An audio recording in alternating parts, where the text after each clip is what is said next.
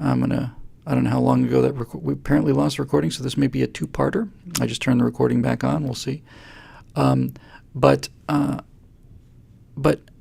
Harrison Ford in that movie is just, I don't know. I didn't know until after the fact that the best moment in that movie, it's one of the greatest moments in cinematic history. And I don't have to tell you what it is, because everybody knows what the greatest moment in Raiders of the Lost Ark is. It was so unexpected that I saw it in a theater. I saw it in a packed theater. And when it happened, people didn't just cheer. People leapt out of their seats. I've only seen that once before. It was another Steven Spielberg movie. I saw people leap out of their seats in Jaws. But when Harrison Ford is confronting that guy with the sword, and the guy's doing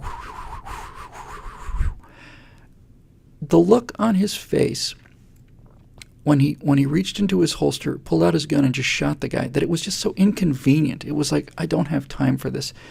The look on his face was so perfect that the whole beat, the whole scene was so perfect that oh God, here comes a new danger for Harrison Ford. Here comes a new danger. It's like, here's this incredible Arab champion. This is the guy's a champion of the Eastern world versus the champion of the Western world. This is going to be a knockdown, drag out fight.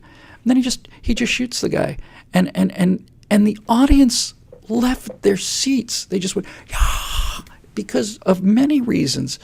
The first reason, without question, is because there's so much in films that is so unbelievable and so stupid. There's so many things people do that just like, oh, come on, oh, come on, oh, come on, come on, really?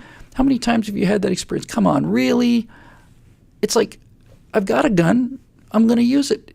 So there's the practical aspect of it, and the surprise, the practical aspect. But I think it went much deeper than that. I think American and Western audiences saw that, and they just said, this is why the West is the West.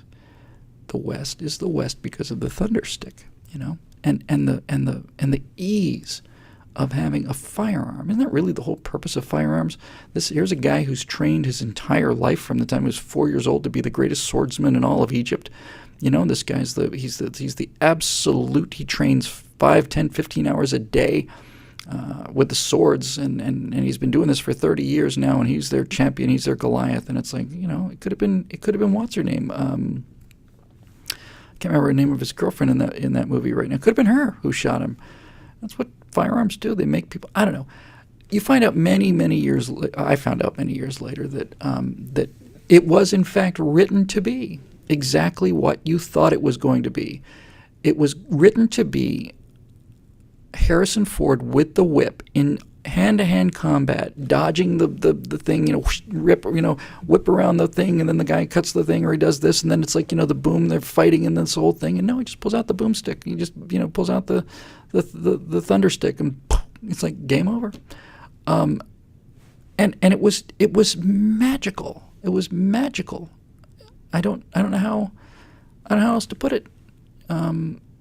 Just magical. It was a magical moment in a magical movie, and I think that Harrison Ford is the most American actor out there. He's certainly the Jimmy Stewart of this generation, and to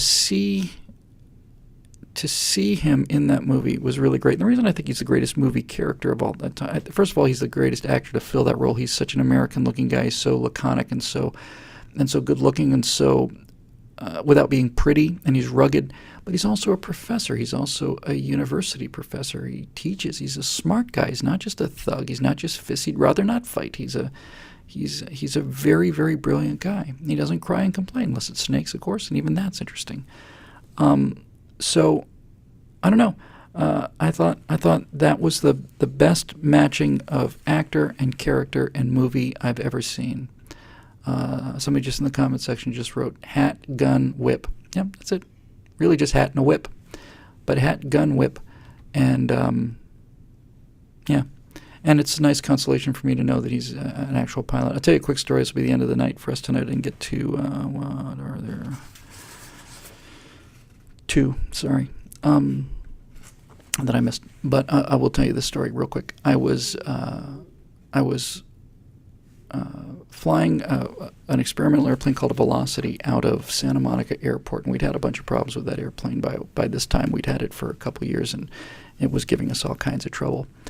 And I was in the plane with my girlfriend at the time, and we were just going to go for a little flight over the hill from Santa Monica up to Van Nuys, just a little test flight, because I had a lot of problem with the landing gear and everything else. Now, there's a program that the EAA, the Experimental Aircraft Association, sponsors called the Young Eagles Program. And the Young Eagles Program is designed to give kids their first airplane ride for free. So if you've never been in an airplane, mostly inner city kids, but not necessarily. You ever been in an airplane, never been in an airplane, you just sign up, show up at the airport on that one Saturday or out of the month, and you can go for an airplane ride for free. It doesn't cost you a penny.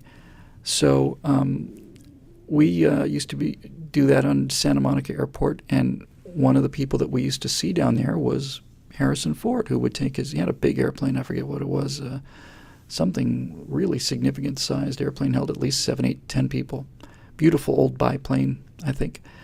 Big airplane. Wasn't a biplane, but it was a big airplane. Anyway, so imagine that, folks. Imagine you're going to go for your first airplane ride ever, and you live in Culver City or Watts or something, and you go out to Santa Monica Airport, you're going to fly an airplane for the first time ever, get out of the bus, you're sitting there waiting, the airplane taxis up, the door opens, you're all excited, you're ready to get in there. And you open the door, and the pilot comes out to get you in there and buckle you in, and it's Indiana Jones. It's Han Solo's going to give you an airplane ride. That's pretty damn cool. And he did it a lot. He didn't just do it once or twice. He was there most of the time. That particular day, it's just weird hearing him on the radio, too, by the way, because there's all this radio conversation going on all the time around airports, and when you're just talking to the tower, you're talking to ground, you're talking to other planes. Yeah, I think he's got a Beaver. De Havilland Beaver, a couple people checked in with that. And so it's cool. And then all of a sudden you'll hear this voice, and it's like, oh my God, that's Han Solo. Han Solo's in the air. Indy's flying around.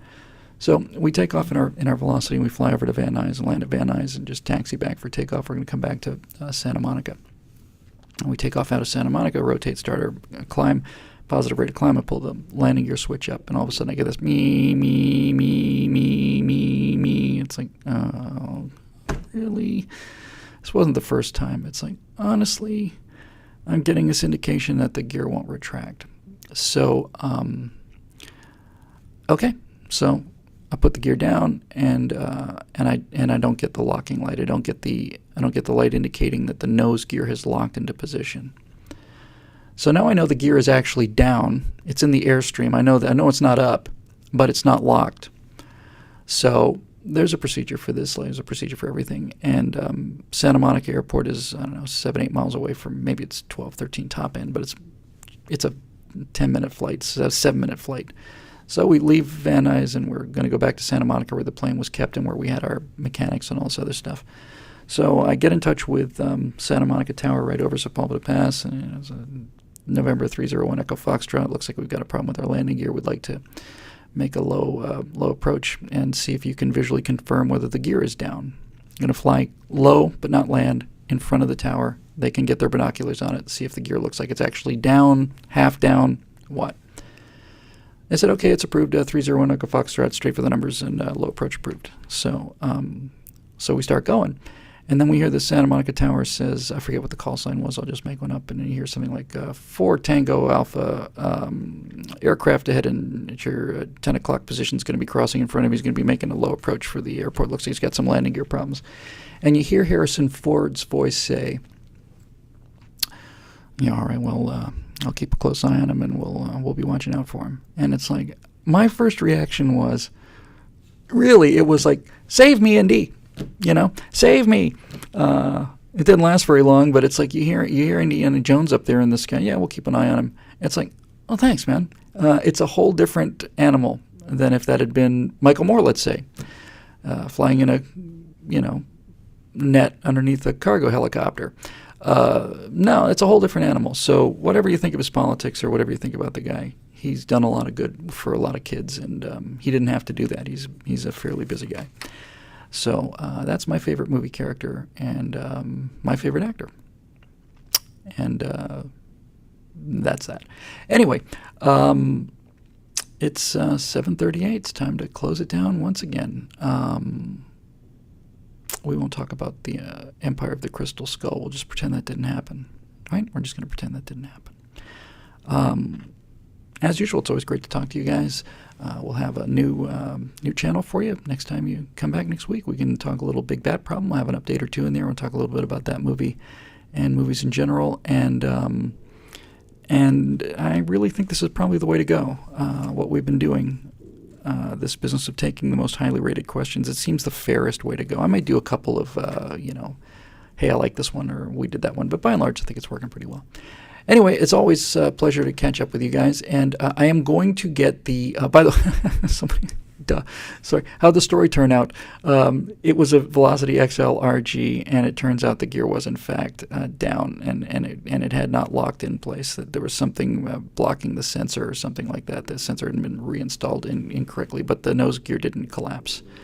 That time, the nose gear snapped like a pretzel at Visalia one day, and that was a whole different story, which I'll relate to you. If any questions about my flying history ever makes the top 7 or 8, we'll talk all about that.